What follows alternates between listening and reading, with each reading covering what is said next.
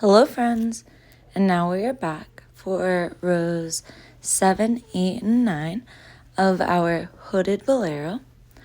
Remember that you can follow rows 1 through 6 on my crochet along, which is on my Instagram. You can find my Instagram account through my website or through my YouTube channel, my TikTok, my Facebook. I have quite a few different accounts for social media. If you would like to follow me directly on Instagram for my weekly crochet along, it is at SunnyDazeCreations, and that's with 3 E's in days. So for rows 7, 8, and 9, we're going to be switching colors again.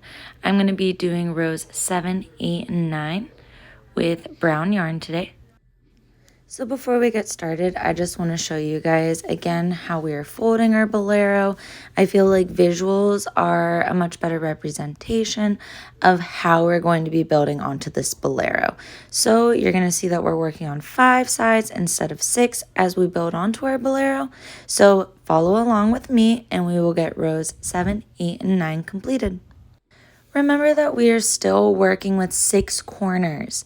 Those bottom first and 6th corners are just going to have 3 double crochet clusters and chain 3. That's going to keep that straight bottom edge of your bolero. So when you're starting row 7, remember you're going to do that chain 3. You're going to flip your work and you're going to be inserting 3 double crochet clusters into every chain space, up the sides, across the top. Remember at the corners, it is 3 double crochet clusters, chain 3, and another 3 double crochet cluster into that same space. Remember that YouTube gives you the opportunity to slow down or speed up your videos. And remember that rows 7 and on are exactly the same for every row. You're just building the width and the length of your bolero. After this week on Instagram, we are going to be taking a little break. I'm going to be giving you guys an opportunity to start not only the second side of your bolero, but to build onto your already existing half of your bolero. If you're a little behind on the crochet along with me on Instagram, don't worry. It is posted all the time. I have a group chat available too that you were able to be added to upon request. Feel free to comment, email, or DM me if you would like to be added to that chat. We work with a wonderful group of artists. We're communicating with one another about different questions, different tactics that we're using to get the pattern completed. And we're also sharing some progress pics and some different color combos, which is really fun whenever it comes to testing groups. So I'm going to show you the entirety of row 7 with those 3 double crochet clusters, the 3 double crochet, chain 3, 3 double crochet in the corners. You're able to follow along for the entirety of row 7. Rows 8 and 9 are shortened versions. Since we're continuing the same pattern, we're going to continue this pattern for the entirety of our bolero until we get it to the size that we want. If you purchase and download the written pattern that I have for my hooded bolero, there are measurements available, but I also have my crochet size measurements available on my website for free. So please use those if you're looking for some guidance in the size that you're looking for. I do have 2 versions of my bolero pattern on my website, and they're very similar. So one is my hooded bolero. That is my first bolero pattern that I wrote. The second one is my Moss Fairy bolero. And the only difference of those 2 is that I give instructions for the Moss Fairy bolero on how to create the long ties that have the leaves. So it's kind of like a 2-in-1 pattern where you have my basic bolero pattern, but then you also get a little bit of insight on how I built the leaves onto the straps and the tie of that hooded bolero. My Moss Fairy bolero also gives you a little insight into the eyelash yarn that I prefer to use. I don't know if you guys love or hate eyelash yarn, but I am truly obsessed with it. So here we are continuing on with row 7 of our bolero. And you guys are welcome to speed it up or slow it down depending on your comfort level with this pattern and your comfort level as a crochet artist. Feel free to follow along with me as we continue with row 7, 8, and 9 today, or you're welcome to speed up to the end of this so that you can see a final product of these rows 1 through 9 and the proper way to fold your bolero. Here we are with a finished row 7. You can see this folded in half. You know that your bolero is correct if you have that bottom edge laying flat, and that is between corners 1 and 6. Remember, a really helpful tip for you whenever it comes to building these boleros is to use stitch markers so you can keep track of those 2 corners. Remember, in those 2 corners, you are only inserting 3 double crochet, chain 3, and then you're going to flip your work and you're going to begin the next row the other way. That is the trick to these boleros. Here I am starting row 8, and once again, you guys are welcome to follow along. You are welcome to slow it down, speed it up. We are just doing a series of 3 double crochet up the sides. All of our flat edges have the 3 double crochet in every chain space. When you get to those corners, you are doing 3 double crochet, chain 3, 3 double crochet, and you're just going to continue this pattern for the entirety of your bolero until it is your desired size.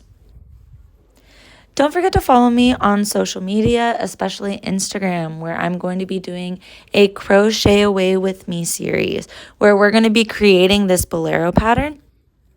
Don't forget to subscribe to my YouTube channel. Send me a screenshot through email, DMs, all of my social media, whatever works for you, and I will send you a 50% off coupon for you to use on my website.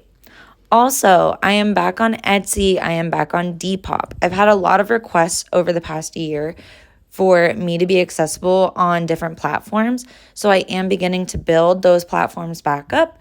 I know I kind of ditched Etsy and Depop a few years ago because my website took off, but I do understand that some people are more comfortable purchasing through more known websites like Etsy and Depop, and I am happy to please the customers. A special shout out to everybody that has already subscribed to my YouTube. What a blessing. I am so grateful for every single one of you. Thank you from the bottom of my heart. I know that my other social medias are pretty big, but I have always been pointed in the direction of making a YouTube from my friends, my family, my followers, and I literally ignored the YouTube channel requests for so long, and I do apologize for that. It's just so overwhelming being on so many different platforms, and I feel like that's something that creators don't talk about often enough. Like creating all of these videos, all of this content, these tutorials, these styling videos that I post, it takes effort, even if it's only like a minute in my driveway, which is a lot of my styling videos, a minute in my bedroom. But then whenever it comes to these tutorials, it takes hours for me to edit and, get everything together. And I feel like these are topics that content creators don't talk about enough, especially as a small business owner. Like I depend on the creation of these videos, of my channels, and I count on the continuation of that creating of content. And it just means so much that I have so many people that connect with my artwork, so many people that connect with my channels. I love meeting all of you. One of my biggest hypes is being out in public and someone recognizing me, like literally in PJs in a bathroom in the middle of a city that I don't even live in. Like the best experiences having people coming up to me and being like, hey, I follow you on Instagram, or hey, I made this sweater inspired by you. Guys, it is seriously so humbling. So I can't tell you how much it means to me from the bottom of my heart. Thank you to each and every one of you for continuing to follow me on this journey. This whole business was just made on a whim. I decided one day that I wanted to start macrame jewelry. I had all of these pendants that I had saved up for years, and I was always like, I'm going to pay somebody to make my jewelry for me. And I started dating my husband about 8 years ago, and he was like, why would you pay somebody to make your jewelry whenever you could just do it yourself? At the time, I was just like painting, drawing a lot. I was looking into different crafts because I was trying to find myself, give myself some talent, some creative like experimentation. And I loved painting, but I was like, I'm not going to make money off of painting. And my husband was like, you can make money off of making jewelry. And that's really where my small business journey began. I just had so much jewelry saved up in my little jewelry box that I had. And my husband was like, why don't we start selling some of this? And I was like, honestly, that's genius. Now, if you follow me throughout the years, you know that I eventually got bored with macrame, and I do hope to one day go back to making macrame jewelry, but I just kind of fell in love with crochet. It is such a rewarding hobby. I can literally take it everywhere.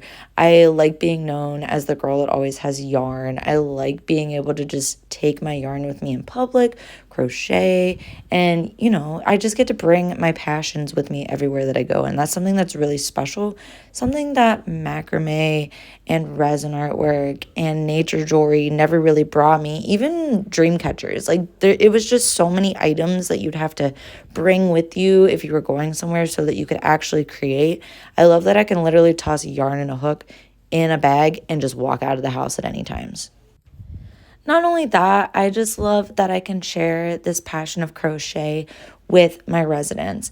If you don't know, I also work full time. So a lot of people think that this is my full time job, Sunny Days with Sam. That is not the case. This is just a part time gig that I do to make a little extra cash on the side, and it kind of blew up on me. I do work full time as a recreational therapist in a memory care community.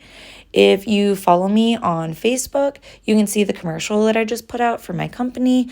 It's been really special working with the residents that I do. We even started a knitting club, crochet club, a needlepoint club, all inspired by my business and the artwork that I get to create.